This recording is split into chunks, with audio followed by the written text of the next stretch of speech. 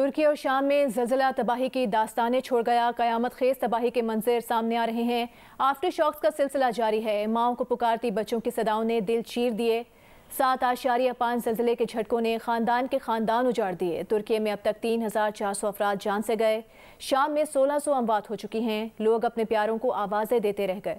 एक दूसरे को हौसला देते देते थक हार गए। हर नज़र आंसुओं से धुंधला गई, हर आंसू खून में डूबा हुआ है, हर गली कूचे में बर्बादी का नुहा है। मलबे में दबी जिंदगियों की तलाश की जा रही है। तुर्की में 6,445 अफराद को जिंदा निकाल लिया गया। मजीद सैकड़ों अफराद के मलबे तले दबे होने का खदशा है। इमदादी एजेंसीज ने खबरदार किया कि लोगों को फ़ौरन नहीं निकाला गया तो वो जिंदा नहीं रह पाएंगे। आलमी इदारा बराए सेहत ने दोनों मुल्कों में 40,000 अमवात का खदशा जाहिर कर दिया। मलबे तले दबे लोग इमदाद के लिए मैसेजेस और वॉइस नोट भेज रहे हैं।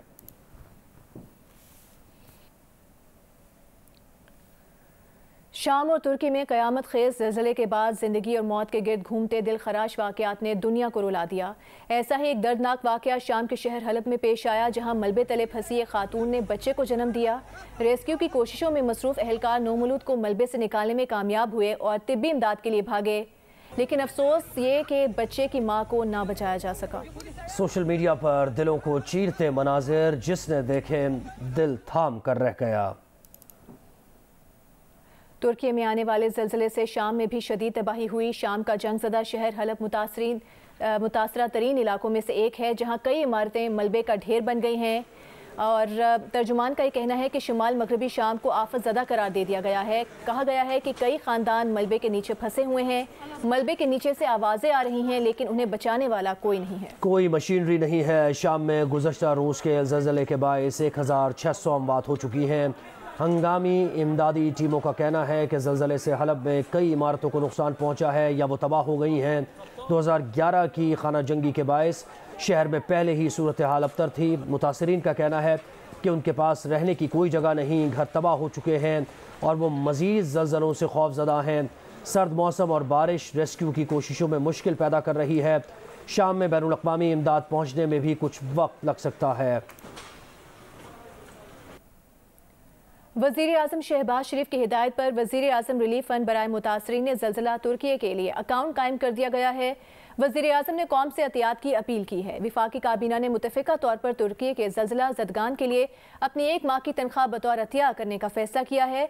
ग्रेड 18 से ग्रेड 22 के अफसरान की 1 दिन की तनख्वाह भी अतिया दी जाएगी।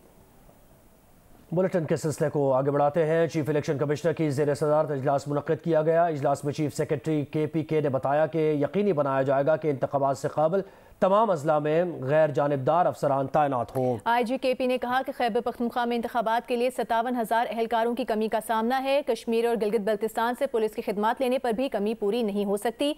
मज़ीद किन उमूर का जायज़ा लिया गया। इस इजलास में नुमाइंदा जियो न्यूज़ नौशीन यूसुफ हमारे साथ मौजूद हैं।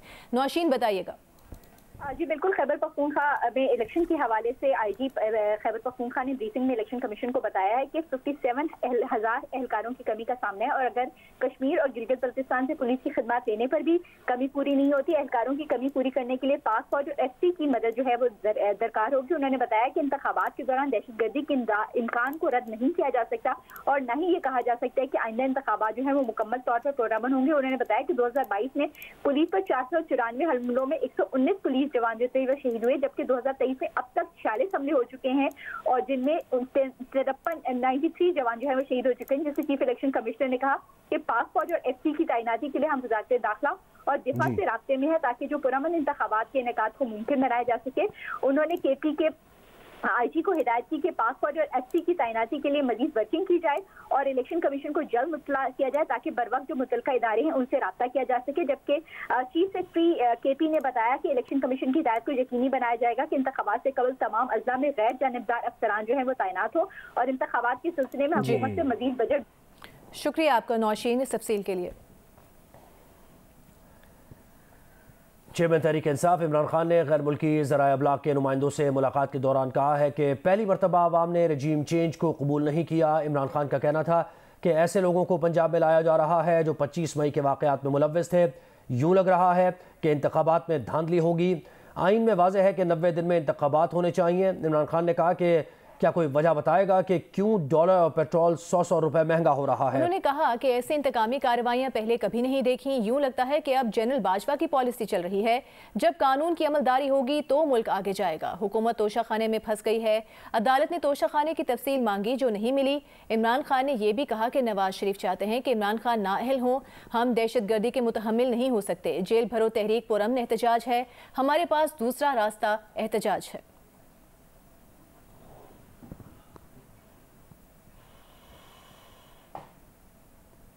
डिस्ट्रिक्ट एजुकेशन ऑफिसर दादू का तबादला कर दिया गया। चंद रोज काबिल घोस्ट असातिज़ा के खिलाफ कार्रवाई पर DEO को तबादले की धमकियां दी गई थी। नुमाइंदा जियो न्यूज़ रियाज नारेजो ने ज्वाइन किया है। रियाज बताएगा क्या तफसील है इससे मुतालिक?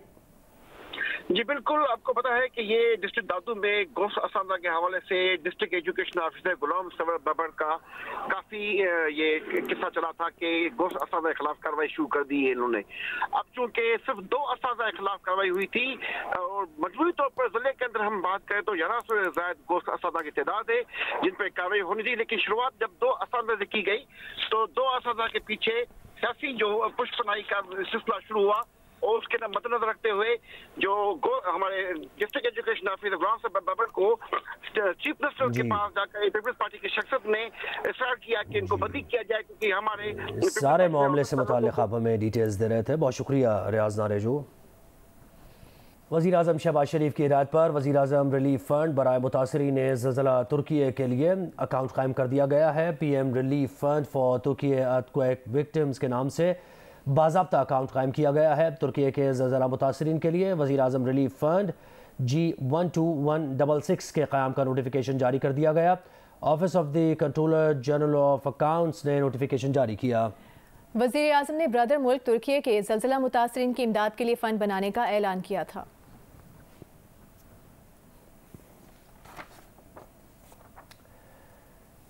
पाकिस्तान और IMF के दरमियान फैसला कुन मुज़ाकरात शुरू हो गए। सख्त फैसलों के साथ पाकिस्तान को मुश्किल सवालों के जवाब भी देना पड़ेंगे। बजट खसारा, बैरूनी फाइनेंसिंग, बजट फ्रेमवर्क समेत अहम उमूर पर पॉलिसी मुज़ाकरात जारी हैं। बातचीत की कामयाबी की सूरत में पाकिस्तान के लिए IMF का प्रोग्राम बहाल हो जाएगा और फौरी तौर पर 1 अरब 1 करोड़ डॉलर की किस्त जारी करने की सिफारिश की जाएगी। नाकामी की सूरत में पाकिस्तान के लिए इक़्तिसादी सूरत हाल को संभालना बहुत मुश्किल हो जाएगा। इस्लामाबाद से अशरफ मलखम की रिपोर्ट देखिए।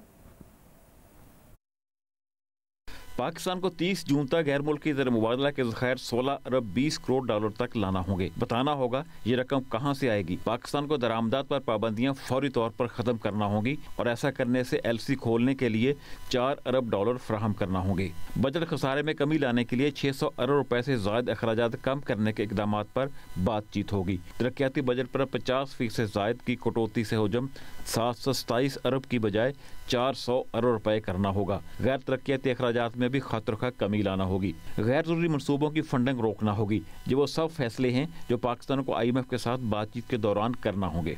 रवा माली साल बजट की सब्सिडी जारी करने में खातरखा कमी करने और सब्सिडी कम करने से बिजली और गैस के नर्ख तकरीबन 50% तक बढ़ाने का लाहे अमल भी देना होगा। तमाम तरक्याती मनसूबों की मरहलावार मॉनिटरिंग वेबसाइट पर पब्लिक करने और निजकारी प्रोग्राम को फाल बनाकर रियासती मलकीती इदारों को फाल या फरोख्त करने का लाहे अमल तय होगा। एहतसाब के अमल को मुअस्सर और शफाफ बनाने के लिए कानून साजी ज़ेरे बहस आएगी। गैर मुमालिक से कर्ज लेने और वापस करने की पॉलिसी तय करना होगी। गर्दिश कर्ज की अदायगी के लिए बुनियादी ढांचे की तश्कील पर मुज़ाकरात एजेंडे का हिस्सा हैं। बिजली की तरसील और खपत की बुनियाद पर बिलिंग यकीनी बनाने की पॉलिसी तय करना होगी। मकामी बैंकों से कर्ज लेने और वापस करने का नया तरीकाकार तय करना होगा। टैक्स की नई शरह और मॉनिटरिंग का नया सिस्टम तरतीब दिया जाएगा। अशरफ मलखम, जियो न्यूज़, इस्लामाबाद। वज़ारत ख़जाना ने इस्लामिक नया पाकिस्तान सर्टिफिकेट पर शरह मुनाफे में रद्दोबदल कर दिया है। रद्दोबदल यूरो, पाउंड, अमरीकी डॉलर और पाकिस्तानी रुपए में सरमायाकारी करने वालों के लिए होगी। 3 माह के लिए शरह मुनाफा 9.5% से बढ़ाकर 15% कर दिया गया। नुमाइंदा जियो न्यूज़ अशरफ मलखम ने ज्वाइन किया है। डिटेल्स क्या है आपके पास? ये जो नए नोटिफिकेशन जारी हुआ उसके मुताबिक सरमायाकारी की शरह मुनाफा जो है वो 5-6 माह के अरसे के लिए लेकर तकरीबन 5 साल सब अरसों के लिए उसमें इजाफा किया गया है। इस तरह जो दूसरी करेंसीज हैं जिसमें यूरो, पाउंड और अमरीकी डॉलर है उनके लिए भी शरह मुनाफा में बढ़ाएगी। इसकी तफसीलात कुछ इस तरह के कि अमरीकी डॉलर में जो 3 माह की सरमायाकारी करेगा उनकी शरह 5.5% से बढ़ाकर 7% और 6 माह के लिए सरमायाकारी करने वाले के लिए शरह मुनाफा 6% से बढ़ाकर 7.20% कर दी गई है। इस तरह 1 साल के लिए सरमायाकारी करने वालों के लिए शरह मुनाफा 6.5% से बढ़ाकर 7.5% की गई है, क्योंकि जबकि शरह मुनाफा जो 5 साल के लिए वो 1.25% तक बढ़ाई गई है। अमरीकी डॉलर में 5%, उसके बाद जो पाउंड में सरमायाकारी करने के लिए शरह मुनाफा है वो मुख्तलिफ मुद्दों के लिए तकरीबन 1% से लेकर 1.5% तक बढ़ाई गई है। यूरो सिर्फ ऐसी करेंसी है जिसमें 3 माह और 6 माह के लिए सरमायाकारी करने वालों के लिए शरह मुनाफा में कमी की गई है, जबकि 1 साल, 3 साल और 5 साल के लिए सरमायाकारी करने वालों के लिए शरह मुनाफा 1% तक बढ़ाई गई है। जी बहुत शुक्रिया अशरफ मलखम।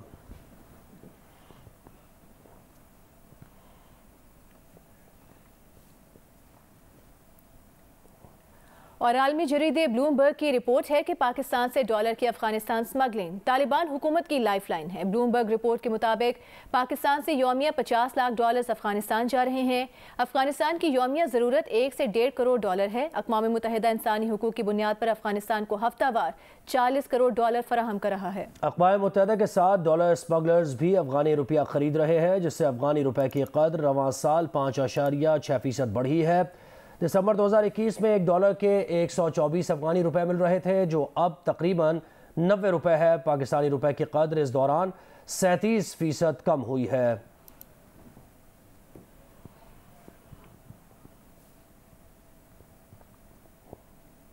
इंसानी हुकूक के बैनुल अक़वामी इदारे ह्यूमन राइट्स वॉच का कहना है कि गरीबों का तहफ़्फ़ुज़ पाकिस्तान और IMF दोनों की जिम्मेदारी है।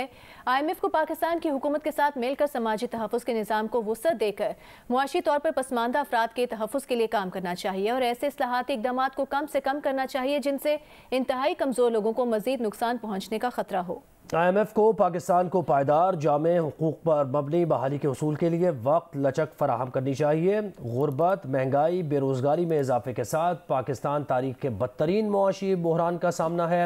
ह्यूमन राइट्स वॉच की एसोसिएट एशिया डायरेक्टर का ये कहना है कि लाखों पाकिस्तानियों को गुर्बत में धकेल दिया गया और वो अपने बुनियादी समाजी और मुआशी हुकूक से महरूम हैं।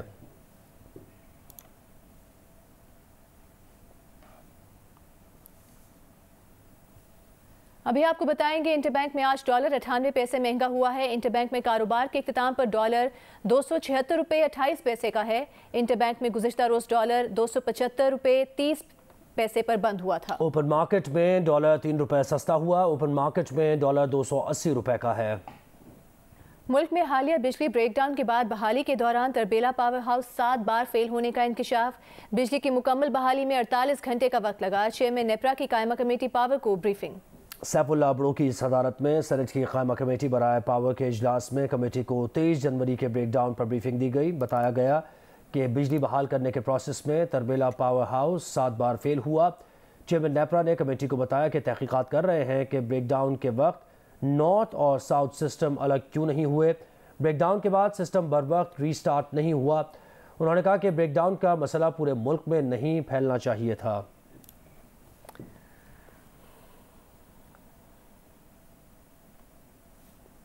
और अब कुछ बात करते हैं PSL सीजन 8 की, जिसके एंथम के लिए गुलकार कौन होंगे उसके नाम सामने आ गए हैं। ज़ुहैब, PSL 8 का एंथम मशहूर गुलकार आसिम अजहर, शागिल और फारिस शफी ने गाया है। इसे अब्दुल्ला सिद्दीकी ने प्रोड्यूस किया है। PSL 8 के एंथम को 1-2 रोज़ में रिलीज़ किए जाने का इम्कान है सारा।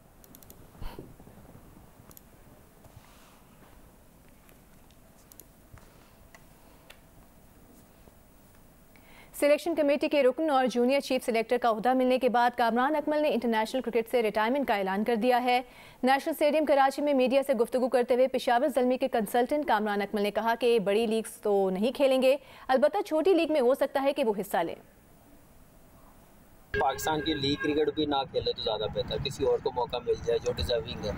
जब आपको डोमेस्टिक नहीं मिलेगी तो खैर दिल में आता है, लेकिन सब ने छोड़नी होती है क्रिकेट। मेरे ख्याल से टाइमली छूट गया तो फिर भी स्टिल मैं पार्ट हूँ ज़ल्मी का, तो एक अच्छा है कि जो ज़ल्मी के लिए खेल रहे हैं, जो परफॉर्मेंस दी है वो अब नए लड़कों के साथ शेयर करेंगे, अपना एक्सपीरियंस शेयर करेंगे।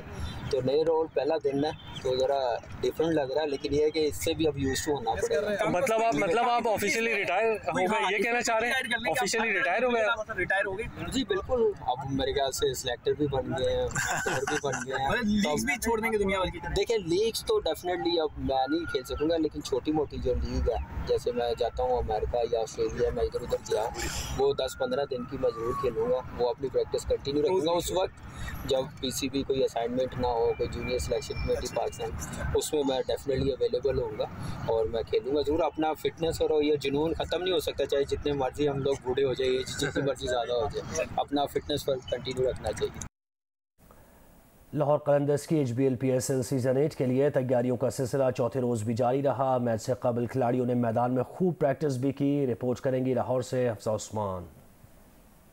लाहौर कलंदर्स का तरबियती कैंप 3 रोज से जारी है। लाहौर कलंदर और PDB क्लास ऑफ 22 के दरमियान बाग जना में प्रैक्टिस मैच खेला गया। लाहौर कलंदर के खिलाड़ी जमान खान कहते हैं कि कैंप में सीनियर से बहुत कुछ सीखने को मिला, जिससे आगे आने वाले मैचेस में और अच्छी परफॉर्मेंस होगी। टीमें तो सारी अच्छी है, तो इंशाल्लाह जिस तरीके से हम प्रैक्टिस कर रहे हैं सब टीमों से इंशाल्लाह अच्छा मुकाबला हो। दिफाई चैंपियन लाहौर कलंदर के खिलाड़ी मिर्जा ताहिर बेग कहते हैं कि PSL की तमाम टीम्स ही टफ होंगी, मगर हम तैयारी इतनी अच्छी कर रहे हैं कि जीत हमारी ही होगी। सारे सीनियर प्लेयर आए हैं हमारे साथ, ज्वाइन किया उन्होंने, और काफ़ी चीज़ें जो हमें ज़रूरत थी सीखने की वो हमें यहाँ पे मिली हैं। प्रॉपर हमारी ट्रेनिंग सेशन हुए हैं। कोई भी टीम इजी नहीं है, और यह है कि हमारी टीम जैसे हमने 6-7 दिन पहले से ही हमने कैंप लगाया हुआ है, तो कॉन्फिडेंस है कि किसी भी टीम को हरा सकते हैं। स्क्वाड 10 फरवरी को लाहौर से मुल्तान रवाना होगा। कैमरामैन जवाद हैदर के साथ हफ्सा उस्मान, जियो न्यूज़, लाहौर।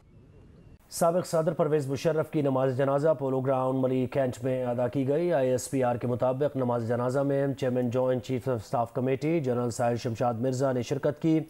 परवेज़ मुशर्रफ की नमाज जनाजा में सीनियर हाजिर सर्विस और रिटायर्ड फौजी अफसरान ने भी शिरकत की।